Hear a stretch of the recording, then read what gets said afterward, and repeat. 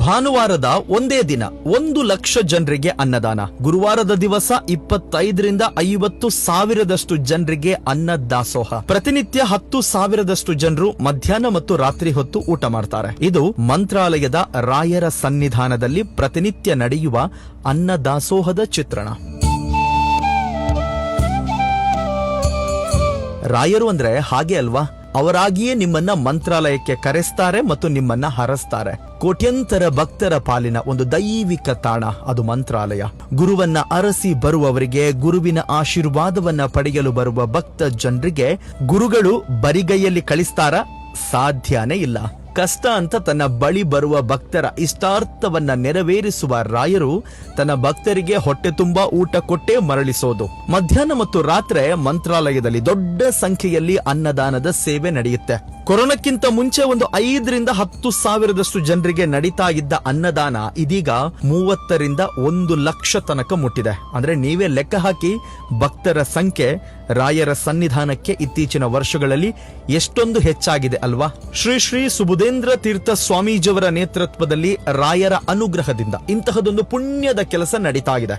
ಇನ್ನೊಂದು ಪ್ರಮುಖವಾಗಿ ನಾವಿಲ್ಲಿ ಗಮನಿಸಬೇಕು, ರಾಯರ ಸನ್ನಿಧಾನದಲ್ಲಿ 2,000 ಹಸುಗಳನ್ನ ಒಳಗೊಂಡು ಒಂದು ಬೃಹತ್ ಗೋಶಾಲೆ ಕೂಡ ಇದೆ. ಇದರ ವಿಶೇಷ ಏನು ಗೊತ್ತಾ? ಹಾಲು ಕೊಡದೇ ಇರುವ ಹಸುವನ್ನ ಯಾರಾದ್ರೂ ಸಾಕೋದಕ್ಕೆ ಸಾಧ್ಯವಾಗದೇ ಇದ್ರೆ ಮಂತ್ರಾಲಯದ ರಾಯರ ಗೋಶಾಲೆಯಲ್ಲಿ ಸಾಕ್ತಾರೆ.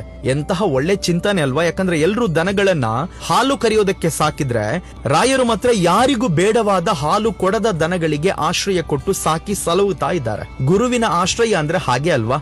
ಜಗತ್ತಿನ ಸಕಲ ಚರಾಚರ ಕೋಟಿ ಜೀವರಾಶಿಗಳಿಗೂ ಇಲ್ಲಿ ಗುರುವಿನ ಸನ್ನಿಧಾನದಲ್ಲಿ ಆಶೀರ್ವಾದ ಇದೆ. ಬಂಧುಗಳೇ, ನೀವು ಕೂಡ ರಾಯರ ಸನ್ನಿಧಾನಕ್ಕೆ ತೆರಳಿದಾಗ ಊಟ ಮಾಡಿದ್ರೆ ಅಲ್ಲಿ ಪ್ರತಿನಿತ್ಯ ಅನ್ನ ಸಾಂಬಾರು ಬಡಿಸುವ ವ್ಯಕ್ತಿಗಳನ್ನ ನೀವು ಗಮನಿಸಿರ್ತೀರಾ. ಇಷ್ಟೊಂದು ದೊಡ್ಡ ಸಂಖ್ಯೆಯಲ್ಲಿ ರಾಯರ ಸನ್ನಿಧಾನಕ್ಕೆ ಬರುವ ಜನರಿಗೆ ಅನ್ನದಾನದ ಸೇವೆ ನಡೀತಾ ಇದೆ. ಹೀಗಾಗಿ ನಾವು ಕೂಡ ಅಲ್ಲಿಗೆ ಹೋದಾಗ ಒಬ್ರು ವ್ಯಕ್ತಿಯನ್ನ ಮಾತಾಡಿಸಿದೆವು. ಅವರು ಹೀಗೆ ಮಾತಾಡ್ತಾ ಹೇಳಿದ್ರು, ನಾನು ಮೈಸೂರಿನಲ್ಲಿ ಪ್ರೊಫೆಸರ್ ಆಗಿದ್ದೇನೆ, ತಿಂಗಳ ಕೊನೆಗೆ 2-3 ದಿವಸ ನಾನು ರಾಯರ ಸನ್ನಿಧಾನಕ್ಕೆ ಬರ್ತೇನೆ. ನಾನು ಇಲ್ಲಿ ಬಂದು ಅನ್ನ ಬಡಿಸುವಂತಹ ಒಂದು ಕೆಲಸ ನನಗೆ ತುಂಬಾ ತೃಪ್ತಿ ಕೊಡುತ್ತೆ. ಒಂದು ರಾಯರ ಸನ್ನಿಧಾನದಲ್ಲಿ ಕಾಲ ಕಳೆಯುವುದಂತ ಹೇಳಿದ್ರೆ ನನಗೆ ಖುಷಿ ಅಂತ ಹೇಳಿ ಈ ತರ ತುಂಬಾ ಜನ ರಾಯರ ಸನ್ನಿಧಾನಕ್ಕೆ ಬಂದು ಸೇವೆ ಮಾಡುವವರು ಇದ್ದಾರಂತೆ.